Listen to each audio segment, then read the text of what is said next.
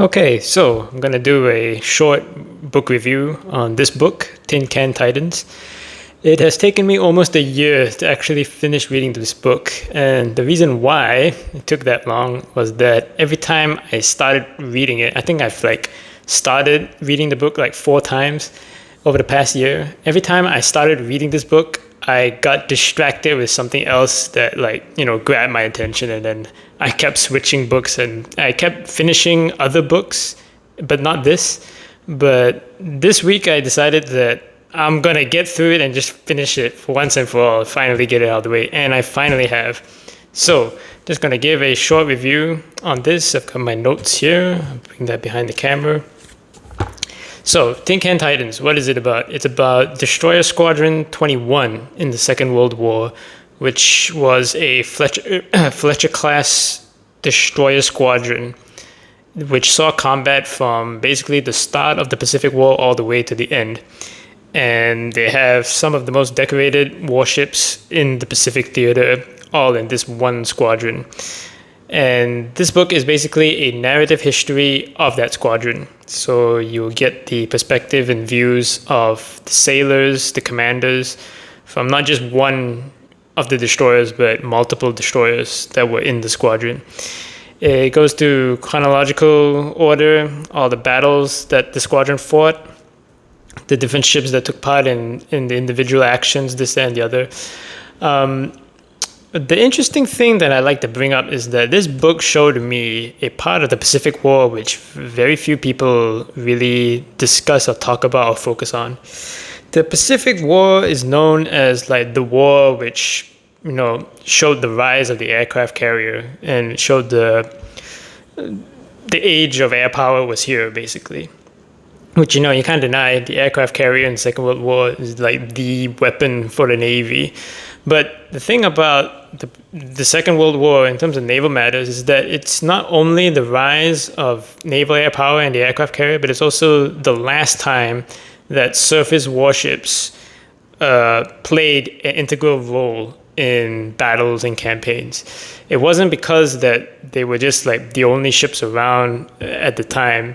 Even towards the later periods of the Pacific War, surface task forces and surface warships, they all still had like very important roles to play throughout all the campaigns and the battles.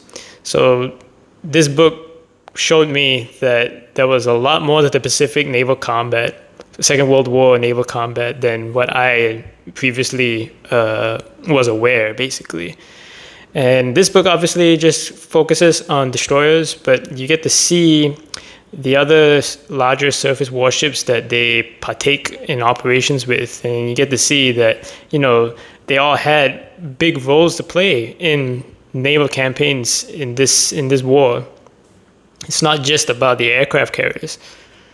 So yeah, that was like the big eye opener, and I did enjoy this book. But the big criticism that I have is that it every now and then the author will put in little details here and there that so and so helped develop combat information center on this ship during this battle, or that two commanders, in this case, if I recall, it was McDonald from the O'Bannon and Ali Burke.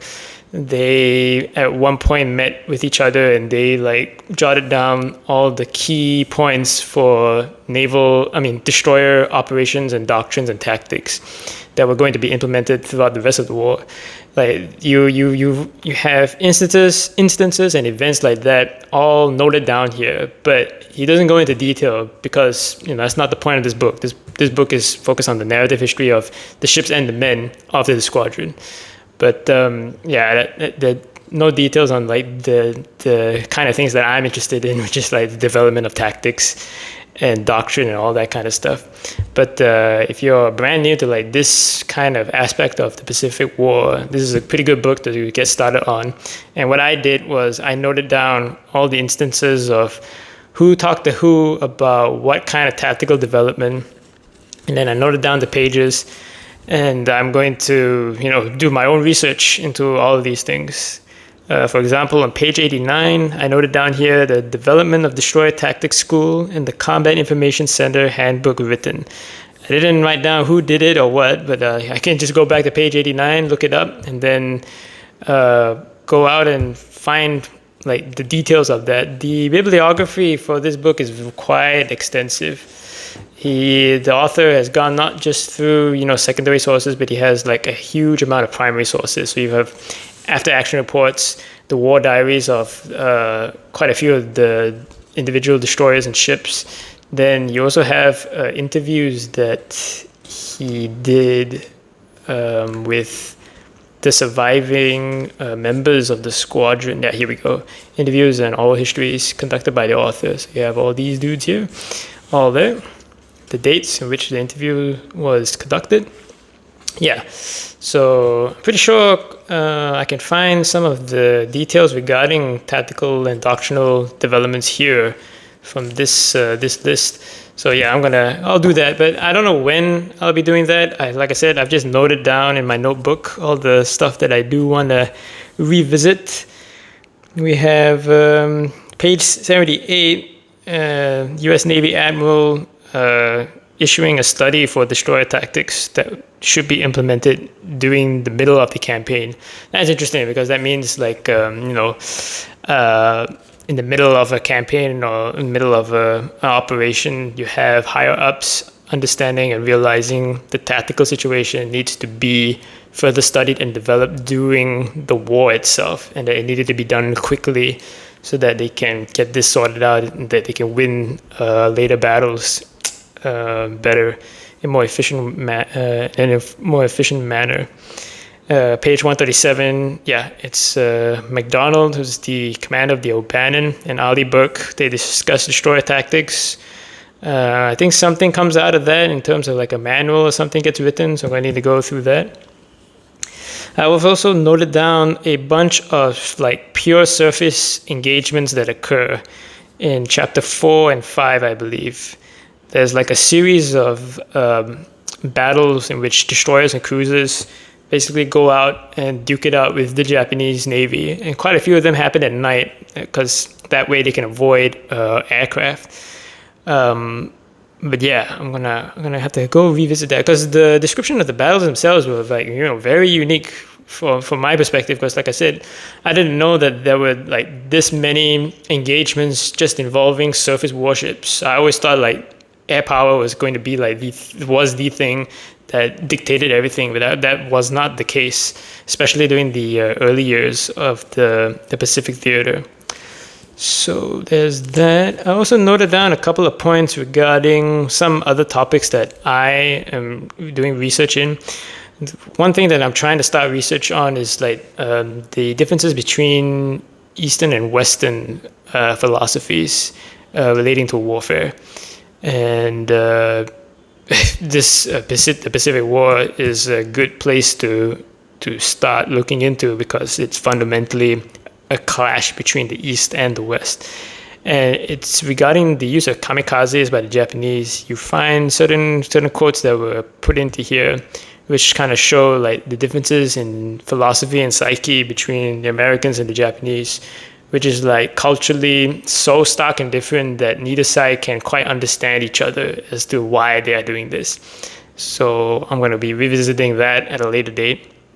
But when I was reading this book, I didn't think I was going to get anything from that regarding that particular topic, but it just so happens to be there and I've noted it down. So yeah, I also noted down here there was an instance where a destroyer captain from the Atlantic came over to the Pacific, and he got basically a lot of people killed because the way doctrinally they practice destroyer tactics in the Atlantic is fundamentally different to the Pacific because they're two different naval theaters, despite the fact that, in terms of technology, both sides, I mean, not both sides, but all the different factions. So you had the United States and the British, then you had the Japanese in the Pacific, and then the Germans in the Atlantic. They all, in terms of technology, they're not too drastically different, right? Obviously, the Japanese have better torpedoes, and the Germans, they've got better subs and whatnot. And in terms of anti-submarine warfare, the British and the Americans, they share a lot of technology and tactics. Whereas the Japanese and the Germans, they don't share anything really. But you get to see that even though like overall the technology is kind of the same level across both sides, the nature of the different naval campaigns develops different tactics and doctrines. So I was thinking of reading more into that, the Pacific versus Atlantic U.S. destroyer tactics and doctrines. Not sure where I might be able to find any specific books on that. I'll probably have to do independent research into that, but we'll get there when we get there. So yeah, that's basically it. Yeah, I managed to keep it about 10 minutes. Short review, Tin Can Titans. I do recommend reading it, especially if you want to know things about destroyers or surface combat in the Pacific theater. Yep.